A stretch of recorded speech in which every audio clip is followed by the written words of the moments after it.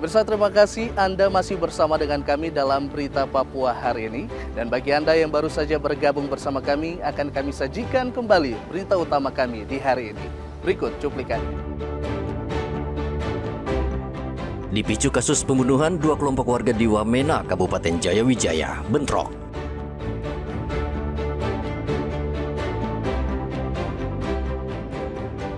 Usai diteror KKB, polisi pastikan Bandara Ilaga normal.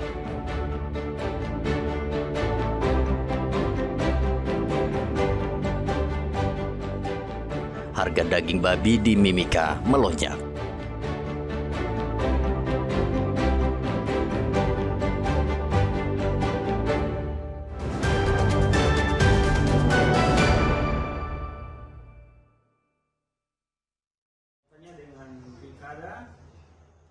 Komnas HAM Perwakilan Papua menggelar diskusi bertajuk PSU Damai yang ramah HAM, suatu perspektif pers dan HAM pada hari Selasa di kantor Komnas HAM Papua, Dok 5, Kota Jayapura. Diskusi ini membahas pentingnya perlindungan hak asasi manusia dalam pelaksanaan pemungutan suara ulang atau PSU di Papua yang saat ini menjadi sorotan nasional. PSU digelar setelah Mahkamah Konstitusi memutuskan adanya pelanggaran dalam tahapan pilkada, yakni ketika KPU meloloskan salah satu pasangan calon meski persyaratan pencalonannya bermasalah. Ketua Komnas HAM Papua Fritz Ramandai menegaskan bahwa pelaksanaan PSU harus menjamin hak-hak dasar masyarakat, termasuk hak untuk memilih dan dipilih tanpa tekanan, intimidasi, maupun kekerasan.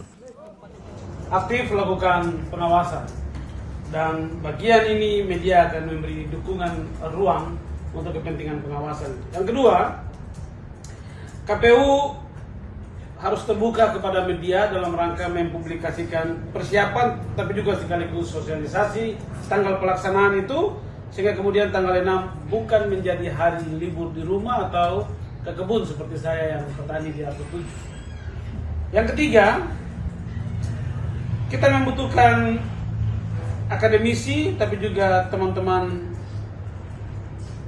pemerhati pemilu untuk memberi wacana dalam rangka memasuki minggu tenang ini, sehingga orang lebih tenang untuk mempersiapkan diri ke bilik suara. Yang keempat adalah media mainstream perlu tetap konsisten dalam tanggung jawab media sebagai watchdog dengan mandat sosialnya sebagai memberi edukasi, pengawasan, tapi juga mewujudkan Papua damai itu. Diskusi ini juga dihadiri oleh sejumlah pemerhati hak asasi manusia di Jayapura yang menaruh perhatian pada pentingnya proses demokrasi yang adil dan menghormati nilai-nilai HAM di Papua. Pemungutan suara ulang akan dilangsungkan pada 6 Agustus mendatang.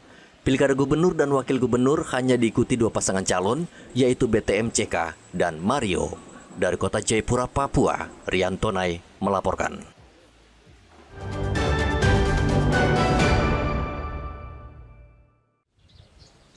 Pemerintah Kabupaten Mimika kembali menyalurkan bantuan beras kepada masyarakat kurang mampu.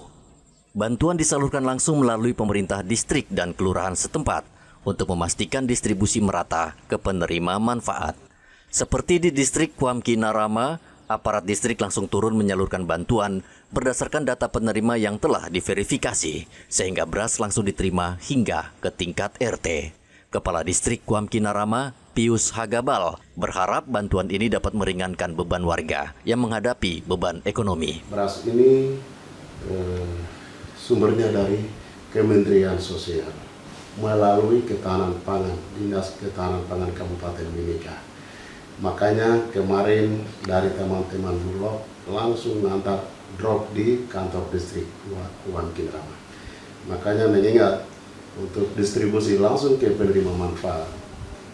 Dan saat begitu antar beras, masyarakat sudah tahu, mereka sudah melihat, dan kita tidak bisa tahan lama. Masyarakat terus datang tanya-tanya.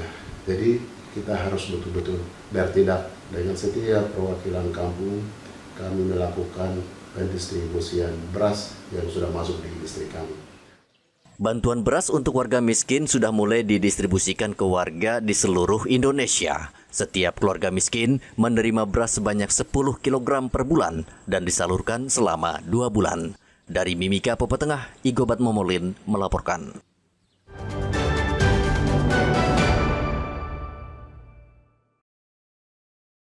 Dinas Olahraga dan Pemuda Provinsi Papua terus mengoptimalkan pemanfaatan venue Expon sebagai salah satu sumber peningkatan pendapatan asli daerah.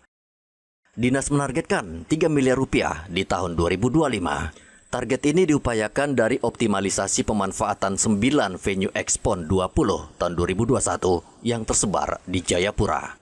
Pelaksana tugas Kepala Dinas Pemuda dan Olahraga Provinsi Papua, Sonya Monim, mengatakan hingga bulan Juni, capaian PAD dari sektor penyewaan venue tersebut telah mencapai 1,3 miliar rupiah.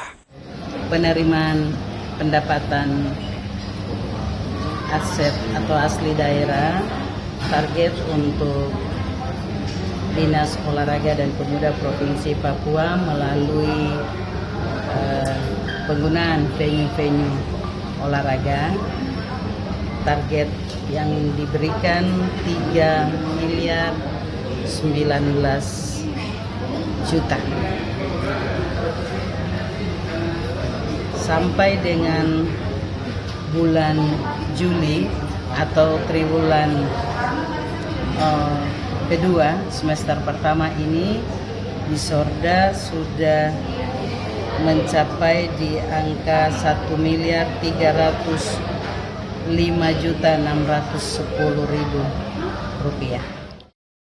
Venue Expon Papua diketahui memiliki fasilitas berstandar internasional yang tidak hanya disiapkan untuk penyelenggaraan pertandingan, tetapi juga untuk pembinaan atlet lokal. Diharapkan selain menjadi sumber pendapatan, pemanfaatan fasilitas ini juga dapat meningkatkan prestasi olahraga daerah, serta mengorbitkan talenta muda Papua ke tingkat nasional dan internasional. Dengan dukungan fasilitas olahraga bertaraf internasional, Papua tidak hanya berpeluang meningkatkan pendapatan daerah, tetapi juga mengukuhkan diri sebagai pusat pembinaan atlet berbakat dari timur Indonesia. Hendra melaporkan dari Kota Jayapura, Papua. Pemirsa, informasi tadi mengakhiri jumpa kita dalam Berita Papua hari ini. Saya Heri Orun, mewakili seluruh kerabat kerja yang bertugas, mengucapkan terima kasih untuk kebersamaan Anda. Selamat pagi, selamat beraktivitas, dan Wanyambi.